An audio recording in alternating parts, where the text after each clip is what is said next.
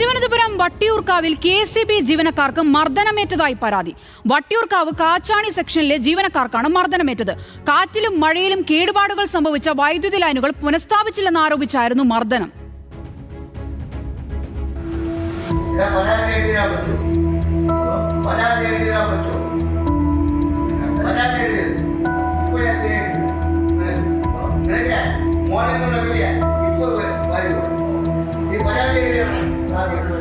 കഴിഞ്ഞ ദിവസം രാത്രിയാണ് സംഭവം. വട്ടിയൂർക്കാവിലെ കാച്ചാണി സെക്ഷനിലെ വൈദ്യുതി ലൈനുകൾ കേടുപാട് നീക്കി പുനഃസ്ഥാപിച്ചില്ലെന്നാരോപിച്ച് നാട്ടുകാരിൽ ചിലർ KCB ഓഫീസിലേക്ക് എത്തി.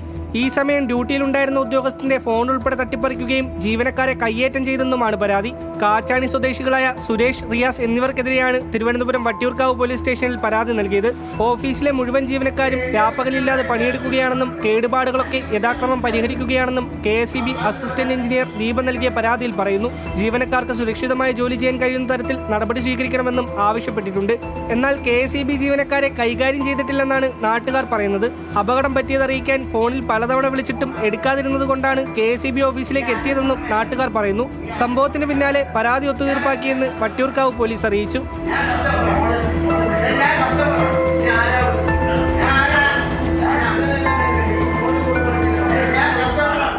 ന്യൂസ് മലയാളം, തിരുവനന്തപുരം.